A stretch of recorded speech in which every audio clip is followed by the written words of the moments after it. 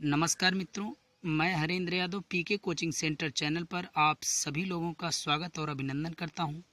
इस चैनल पर आप सभी मित्रों के लिए यूपी बोर्ड के सभी सब्जेक्ट्स अलग अलग अध्यापकों द्वारा पढ़ाए जाते हैं। तो हमारे इस चैनल से जुड़ने के लिए हमारे इस चैनल को सब्सक्राइब करें और बगल के बेल आइकन्स को प्रेस करें ताकि हमारी सभी वीडियोज़ के नोटिफिकेशन आपको सबसे पहले प्राप्त हो सके। तो चलिए, आज हम इस वीडियो में आप सभी को यूपी बोर्ड के क्लास 12th के पोएट्री के सेकेंड लेसन का नाम, जिसका नाम है the true beauty. The true beauty मतलब होता है सच्चा सौंदर्य, जिसको कंपोज किया है थॉमस कैर्यू ने, जिनका जन्म 1595 और मृत्यु 1640 में हुई थी। तो इनका जीवन कार्यकाल है। तो इस पोयम में कवि थॉमस कैर्यू ने दो तरह के सौंदर्य का वर्णन किया है। पहला शारीरिक सौंदर्य तथा आध्यात्मिक सौंदर्य। इस पोयम के जरिए कवि यह संदेश देना चाहते हैं कि जो व्यक्ति शारीरिक सौंदर्य से प्रेम करता है वह समयांतराल यानी कि जैसे जैसे समय बीतता है शारीरिक सौंदर्य भी उसी के साथ साथ नष्ट हो जाता है तथा उसके साथ साथ प्रेम भी नष्ट हो जाता है और आध्यात्मिक प्रेम कभी नष्ट नहीं होता है। इस पोयम में कवि थॉमस कैर्यू ने स्पिरिचुअल ब्यूटी यानी कि आध्यात्मिक सौंदर्य के बारे में अधिक महत्व दिया है। आध्यात्मिक सौंदर्य के विषय में उन्होंने अधिक महत्व दिया है। तो चलिए इस पोयम को हम डिटेल्स में पढ़ेंगे। तो पोयम की शुरुआत करते हैं। ही that loves a rosy cheek, he that loves a rosy cheek or a coral lips admires or from star like eyes doth seek fuel to maintain his fires. He that loves a rosy cheek. ही मतलब वह अर्थात वह व्यक्ति, किसी व्यक्ति के विषय में बताया जा रहा है। तो वह व्यक्ति दैट मीन्स जो लव्स माने प्रेम करता है और रोजी चीक मतलब एक गुलाबी कपोल, कपोल अर्थात गाल की बात कर रहे हैं। तो वह व्यक्ति जो गुलाबी कपोलों से या गुलाबी गालों से प्रेम करता है और अ कोरल लिप एडमायर्स और अ कोरल लिप, कोरल मतलब होता है मूंग जैसे, मूंग जैसे होठों की एडमायर्स माने प्रशंसा करता है। वह व्यक्ति जो गुलाबी कपोलों से प्रेम करता है और मूंग जैसे होठों की प्रशंसा करता है और from star like eyes doth seek fuel to maintain his fires. From star like यानी कि सितारों जैसी आँखों में, ये सितारों जैसी आँखों की बात किसकी कर रहा है?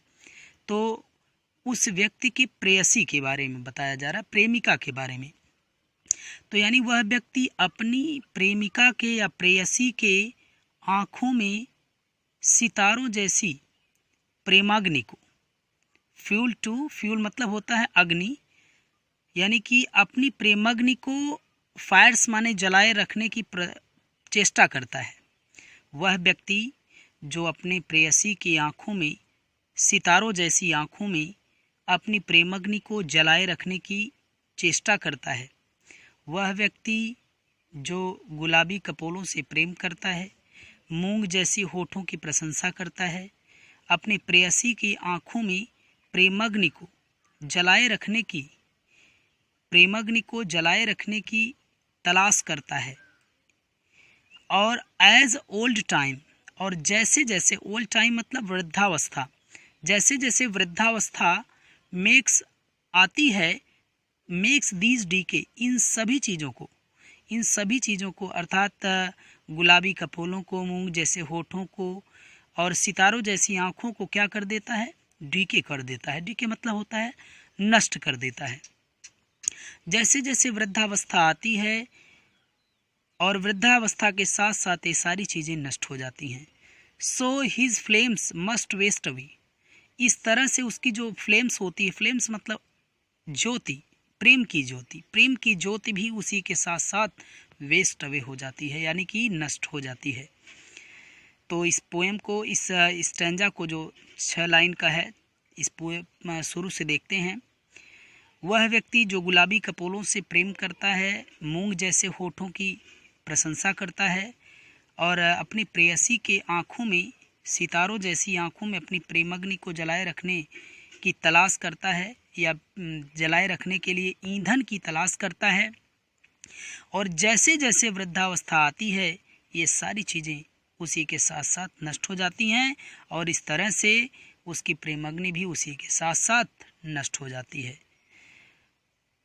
But a smooth and stead fast mind, but a smooth मतलब होता है कोमल, स्टीड फास्ट माइंड मतलब होता है दृढ़ मस्तिष्क। कोमल और दृढ़ मस्तिष्क, जेंटल थॉट्स, सामान्य विचार एंड काम डिजायर्स और शांत इच्छाएं। Hearts with equal love combined, यानी कि समान प्रेम से जुड़ा हुआ हृदय। हर्ट्स माने हृदय, इक्वल मतलब होता है समान, लव कंबाइंड मतलब प्रेम से जुड़ा हुआ, तो समान प्रेम से जुड़ा हुआ हृदय। Kind never dying fires, kind never dying fires यानी प्रेमग्नि, ऐसी प्रेमग्नि जो कभी मरती नहीं। अमर प्रेमग्नि को, अमर प्रेमग्नि यानी जो ऐसा प्रेम जो कभी समाप्त नहीं होता है, नष्ट नहीं होता है। तो वेयर दीज आर नॉट, जहाँ पर ये सारी चीज़ें नहीं हैं, जहाँ पर ये सारी चीज़ें नहीं हैं, क्या क्या? कोमल, दृढ़ मस्तिष्क, कोमल और दृढ़ मस्तिष्क, सामान्य विचार, शांत इच्छाएं, समान प्रेम से जुड़ा हुआ हृदय और अमर प्रेमग्नि। जहाँ पर ये सारी चीज़ें नहीं हैं, आई डिस्पाइज मतलब होता है मैं घृणा करता हूँ। डिस्पाइज मतलब घृणा करता हूँ। लवली चीक्स माने प्यारे कपोलों से, और लिप्स उन मूंग जैसे होठों से, और आइज़ और सितारों जैसी आँखों से। तो एक बार पुनः देखते हैं। कोमल और दृढ़ मस्तिष्क, सामान्य विचार और शांत इच्छाएं, समान प्रेम से जुड़ा हुआ हृदय, अमर प्रेमग्नि, ये सारी चीज़ें आध्यात्मिक सौंदर्य के विषय में बताया है कवि ने। तो जहाँ पर ये सारी चीज़ें नहीं होती हैं, मैं उन गुलाबी कपोलों से और मूंग जैसे होठों से और सितारों जैसी आँखों से क्या करता हूँ?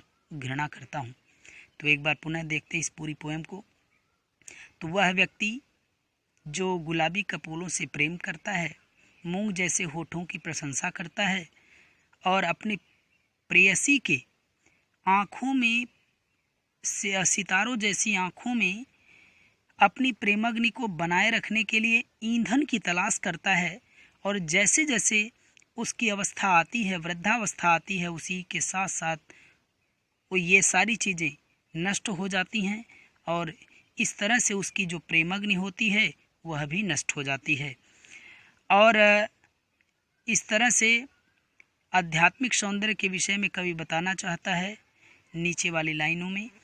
तो एक कोमल और दृढ़ मस्तिष्क, सामान्य विचार, शांत इच्छाएं, समान प्रेम से जुड़ा हुआ हृदय, अमर प्रेम ज्योति या अमर प्रेम अग्नि।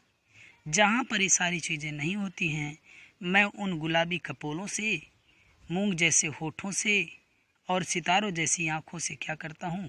घृणा करता